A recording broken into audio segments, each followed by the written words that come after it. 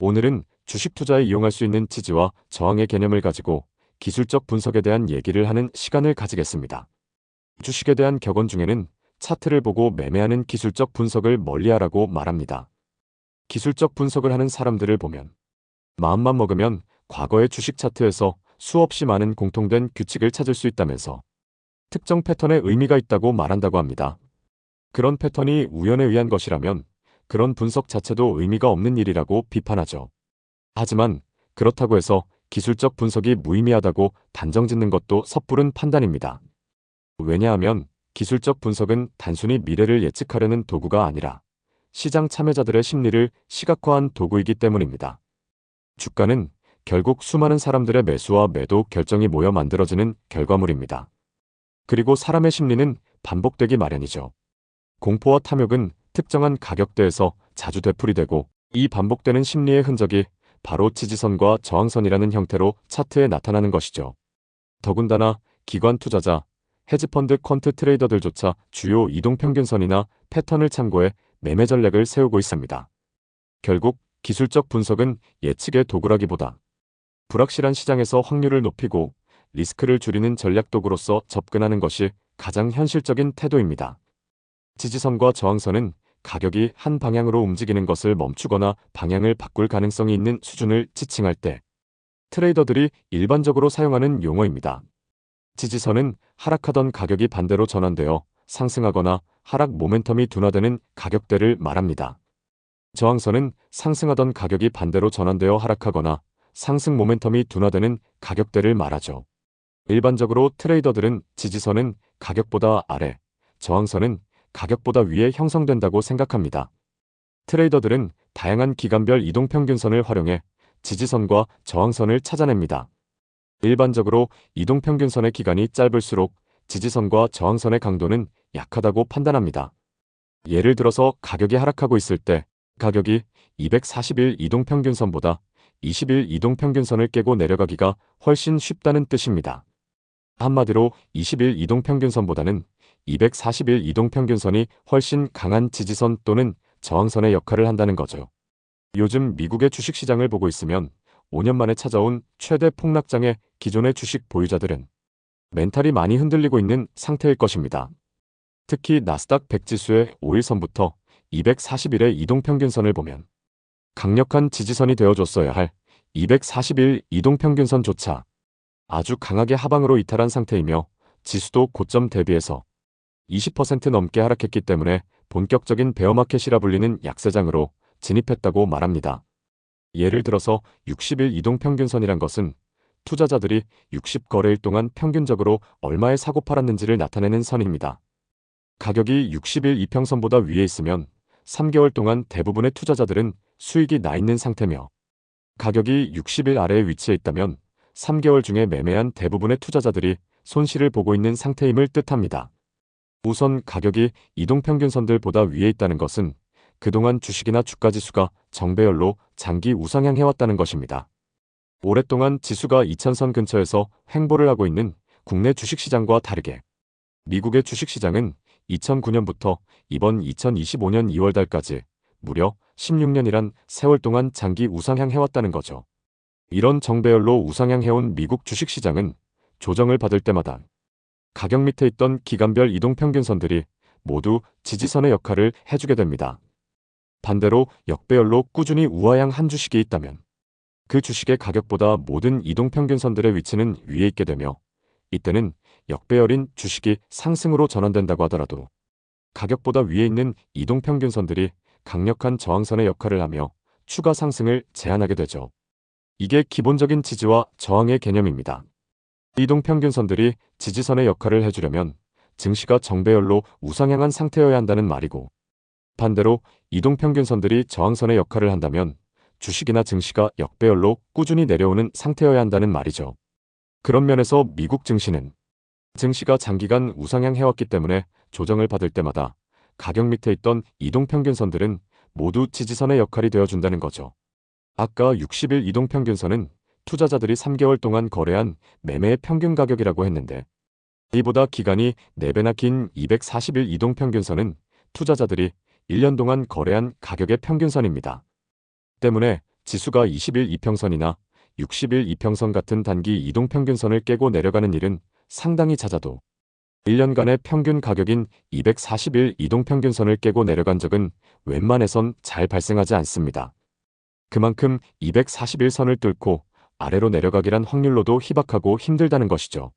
실제로 지난 10년 동안 보게 되면 나스닥 100 지수가 240일 이동평균선을 깨고 내려간 적은 보는 것처럼 7번밖에 없습니다. 그리고 지금 시장 상황이 여기에 포함되는 것이고요. 그럼 지금처럼 증시가 241선을 깨고 내려간 후에는 하락한 가격에 대해서 강력한 지지선이 되어줄 자리를 어떻게 찾아야 될까요? 1년의 평균 매매 가격선을 이탈했다면 이보다 더 긴 이동평균선인 4년간의 평균 매매 가격선을 봐야 합니다. 그게 이른바 최장기 이평선이라 불리는 961선이죠. 저는 개인적으로 증시가 20일 이평선이나 60일 이평선 같은 단기 이평선을 하향 돌파했을 때는 진정한 바닥이라고 보지 않습니다. 서두에 설명한 대로 그런 짧은 이평선을 하향 돌파하는 것은 쉽기 때문입니다. 하지만 그동안 우상향 해온 나스닥 100 지수가 960일 이동평균선을 하향 이탈한 적이 지난 10년 동안 몇 번이나 있었을까요? 지난 2022년 하락장 때 딱 한 번 있었습니다. 일별로 치면 여러 날이지만 저는 저 구간을 한 번이라고 봅니다. 그러니 저 때가 증시의 진정한 바닥이었단 것이죠. 현재 2025년 초 하락장에선 지수가 241선을 하향 이탈했지만 아직 961선까지 내려온 것은 아닙니다. 아마도 이번 하락장에서 추가 하락이 나와서 나스닥 102만 5천대의 가격대로 보이는 960일 이평선을 터치하거나 하향 이탈하는 날이 여러 날 반복된다면 그때가 증시의 진정한 바닥이 될 가능성이 매우 높습니다. 지난 2020년 3월 코로나 팬데믹으로 인한 급락 이후 미국 증시는 역사적인 상승 랠리를 펼쳤습니다. 당시 7,000포인트 수준이던 나스닥 100 지수는 5년 만에 3배 이상 급등하며 2만 2,000포인트를 돌파했죠. 하지만 이 엄청난 상승은 오히려 많은 잠재 투자자들을 멀어지게 만들었습니다. 가격이 너무 비싸 보였고 뒤늦게 추격 매수하는 게 두려웠던 사람들은 이건 나랑은 상관없는 시장이다. 지금 들어갔다간 꼭대기일 거야 라는 생각으로 스스로를 위로하며 기회를 놓쳐왔습니다. 그런데 최근 미국 증시가 급락하면서 상황이 바뀌기 시작했습니다. 이제는 오히려 그동안 주식을 외면했던 사람들조차도 이 정도면 나도 한번 들어가 볼까? 라는 생각이 들 만큼 가격적으로 충분히 매력적인 구간에 들어서고 있다고 느끼게 된 것이죠. 이들은 960일 이동평균선을 화면에 띄워놓고 차트를 분석하는 전문 투자자는 아닐지 몰라도 그들의 심리가 반영되는 지점이 바로 960일 이동평균선 근처라는 것입니다. 즉, 복잡한 기술적 분석이 없어도 시장 참여자 다수가 싸다고 느끼는 가격대가 바로 그 자리라는 거죠. 그래서 961선은 단순한 숫자가 아니라 수년 동안의 시장 기억, 투자자들의 심리, 그리고 대기 매수세가 응축된 핵심 가격대로 작용하게 됩니다. 만약 증시가 이 선까지 추가 하락하게 된다면 그동안 기회를 놓쳐왔던 개인들과 타이밍을 기다리던 자금들이 한꺼번에 유입되며 강한 기술적 반등 혹은 대세 반전의 시발점이 될 가능성도 충분히 있는 것입니다. 또 지수가 추가 하락이 나오지 않더라도 4월 7일 월요일 지수가 16,400포인트까지 떨어진 적이 있었죠. 이날이 저점권이 될 가능성이 높은 그림도 있습니다. 일봉 차트 상으로 960일 이동평균선과 비슷한 위치는 주봉 차트상으로 보는 240일 이평선입니다. 굳이 일봉으로 960일을 불러오지 않아도 주봉 단위로 차트를 보고 거기서 240일 이동평균선이 일봉상의 960일과 비슷한 위치라는 거죠. 이렇게 주봉으로 놓고 241선으로 장기 추세를 확인하면서 주봉상으로 RSI를 보길 바랍니다. 제가 지난주에 나스닥 100 지수를 추종하는 인덱스 펀드인 QQQ를 매수하는 것이 좋은 전략이라고 말했는데요.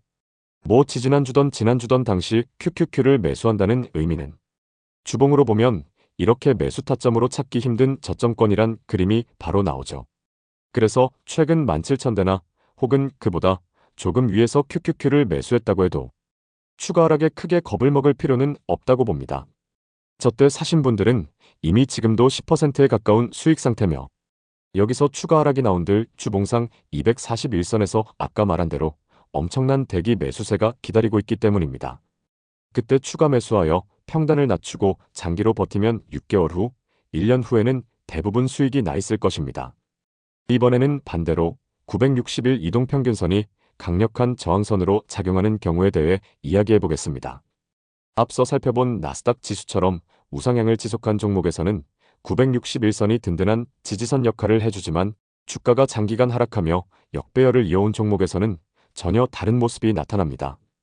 이럴 땐 오히려 961선이 거대한 벽처럼 주가의 반등을 가로막는 저항선으로 작용할 수 있죠. 대표적인 사례로 게임회사 NC소프트의 차트를 한번 살펴보겠습니다. 한때 주당 100만원을 넘나드는 황제주였던 이 종목은 꾸준한 하락을 이어오며 현재는 14만원대까지 떨어졌습니다. 장기 역배열의 전형적인 모습이죠.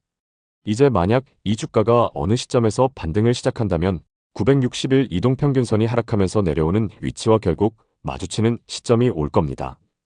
그 지점은 매우 높은 확률로 반등의 한계점, 즉 마지막 탈출 구간이 될 가능성이 큽니다. 왜일까요? 960일 이동평균선은 지난 4년간 이 주식을 사고 보유했던 투자자들의 평균 매매 단가를 의미합니다. 즉, 주가가 그 선까지 도달한다는 건 장기 보유자들이 마침내 본전 또는 근처에 도달하게 된다는 뜻이죠. 이때 나타나는 심리는 단순합니다. 이 기회가 아니면 다시는 탈출하지 못할 수도 있다. 그렇게 쌓인 심리가 매도세로 폭발하면서 주가는 961선을 터치하거나 살짝 넘어섰다가 다시 급락하는 경우가 많습니다. 투자자들이 화면에 961선을 직접 그려놓고 매도를 준비하는 건 아니지만 그 심리적 경계선은 이미 시장 참여자들의 무의식 속에 깊이 새겨져 있는 셈입니다. 그래서 이런 역배열 하락 추세의 종목에서는 960일 이동평균선이 단순한 평균값이 아니라 심리적 손절과 탈출 본능이 집결되는 결정적 분기점이 되는 것이죠. 이처럼 같은 이동평균선이라도 시장이나 종목의 흐름이 정배열인지 역배열인지에 따라 그 의미와 역할은 완전히 달라질 수 있습니다. 우상향한 시장에선 든든한 지지선이 되지만 우하향한 시장에선 매물을 쏟아내는 저항선이 되죠. 결국 이동평균선은 단순한 수학적 계산값이 아니라 시장 참여자들의 기억과 심리, 그리고 의사결정의 밀도가 응축된 상징이라 할 수 있습니다. 이러한 관점에서 본다면 기술적 분석은 단순히 과거의 패턴을 외워서 미래를 맞추려는 시도가 아니라 수많은 투자자들의 심리가 차트 위에 남긴 흔적을 읽어내는 작업이라고 볼 수 있습니다. 그 흔적이 모이는 자리를 이해하고 그 자리에서 움직이는 사람들의 마음을 상상할 수 있다면 우리는 그 어떤 분석보다 더 강력한 통찰을 얻게 되는 것이죠. 기술적 분석이 언제나 정답을 알려주지는 않지만 시장과 투자자들의 심리를 가장 가까이에서 느낄 수 있게 해주는 창이라는 점은 분명합니다.